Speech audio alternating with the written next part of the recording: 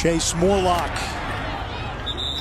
knocked down at the 8-yard line. 4th down now for North Dakota State.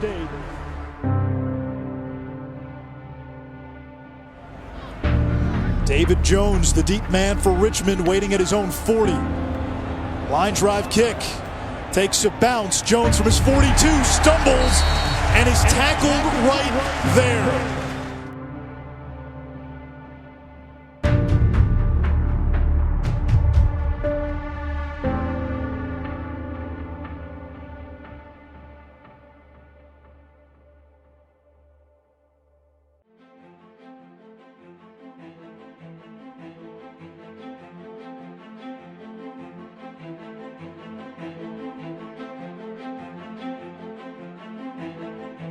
Sussman, 6'3", 216-pound true freshman, hit just as he throws, and David Jones intercepts it at the 45, 40, 30 to the 20, down the sideline and out of bounds on that Spider sideline at about the 50. Defense right back on the field, and Sussman is throwing deep, and David Jones has his 4th interception of the game.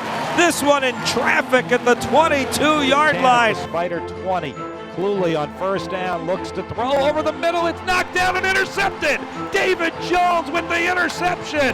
He tipped the ball, and then as it was floating to the Robins Stadium turf, Jones dove for it and plucked it away for the INT, his league-leading 8th of the year. Center 6, Cluley looks over the middle. He looks left. He fires over the middle. It's deflected, and it's intercepted. David Jones is coming back upfield at the 30. Cuts it inside of the house mark in midfield. To the left at the 30. One man to beat at the 20. 15, 10, 5. Touchdown! David Jones from one end zone to the other. Spider touchdown! And on the opposite side, David Jones has 9 interceptions. That's a school record. Had a 100-yard return earlier in the playoffs. He'll be the player to watch in the back end. Many drives like that, especially early. Botched snap. The Bison looking to make something out of it, and that's intercepted. David Jones got it.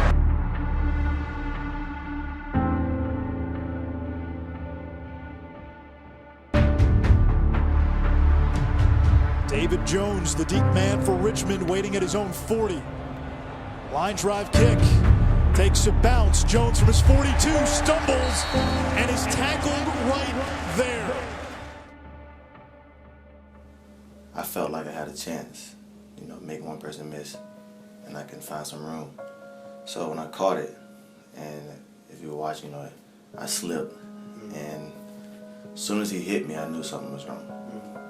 So I looked at my arm, and I was like, this doesn't look right, and so I felt the pain, and then the trainers were running over. One of my teammates came over and was like, yo, just roll over, which was probably the worst thing he could have told me to do. Right. So once I rolled over, my arm kind of fell to the side. I didn't actually see it fall over. I just didn't look at it at all. That's probably the only reason why I was able to make it through that, that whole setback, without, crying or, feeling some type of way. I kind of was just like sitting there and kind of yelling, kind of like, but yeah, I thought I could make a miss, but that slip kind of messed me up.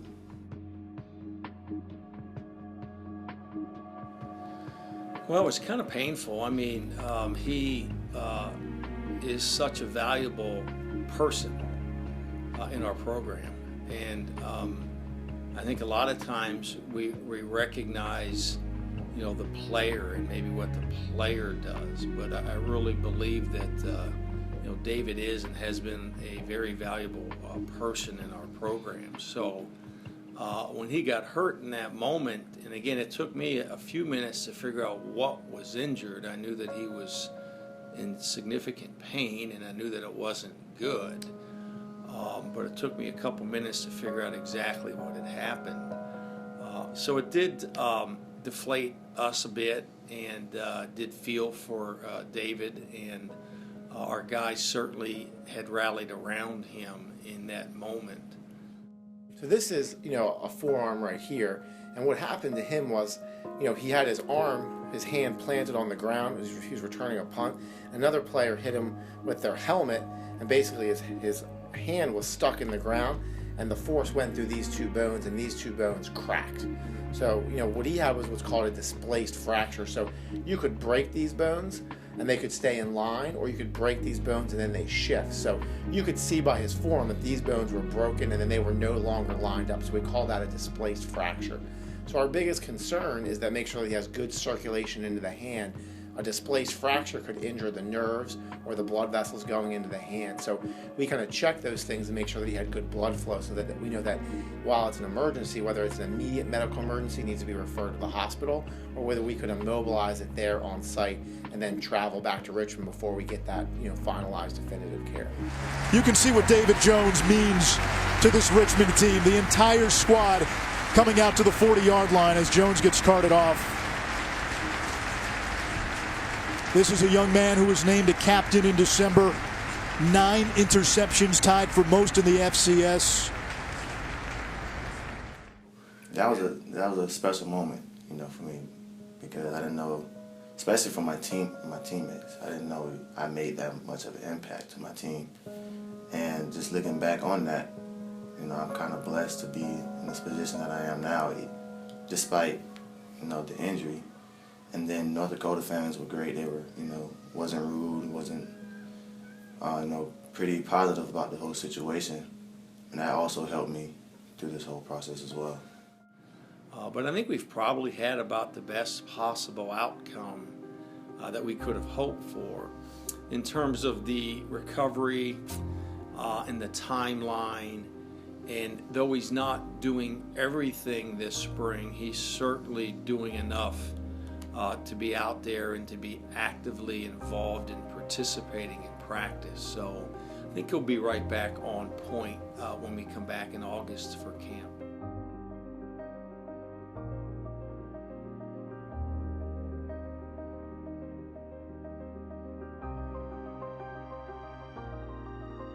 When we got back to Richmond, after playing in the game, we got back to Richmond on Monday. He had surgery, so we had X-rays, and our team hand and wrist specialist, Dr. Jeb Stewart, looked at the X-rays and saw him over the weekend, and then scheduled him for surgery on Monday morning. So the surgery involves lining the bones back again, and then putting a plate and screws on the bones to stabilize them. So just like if a piece of wood broke on your deck and you put a bracket and screws in there, well, this is like a medical version of that. So that's what he had placed on the forearm bones to stabilize them. So after that, he was in a cast for 2 weeks. Then he came out of the cast and he was in a removable splint for the next 6 weeks. And at 6 weeks, he began range of motion, and he worked on range of motion, restoring the flexion, the extension, the rotation of the wrist over that next 6 weeks. And at 12 weeks, he discontinued the splint for his activities of daily living, and he started working on strengthening things with dumbbells and putty and gripping, and started progressing back into the weight room. So right now, he's getting close to 4 months out of the injury. So he has X-rays that the bones are completely healed. But just as a precaution, we're going to keep him in a red jersey throughout spring practice. Since we have some time and he's a veteran player, we've decided to keep him in a red jersey throughout the spring to make sure that there's no chance of re-injury or re-aggravation, because we know the bones will be even more completely healed come August. So right now he's back to doing everything in the weight room, and he's doing everything on a non-contact basis in practice. The timeline was pretty positive. I healed pretty fast, and the doctors and everybody was pretty surprised that I was able to come back so fast.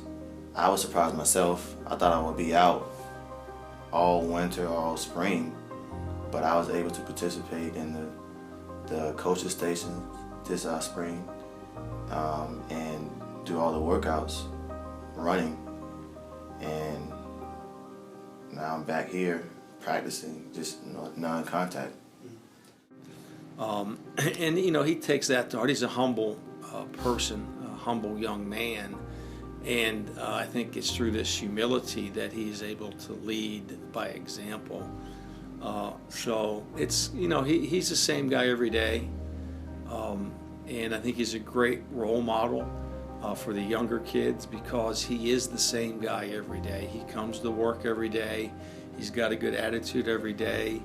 He understands the importance of being able to win each day and be successful and have a plan.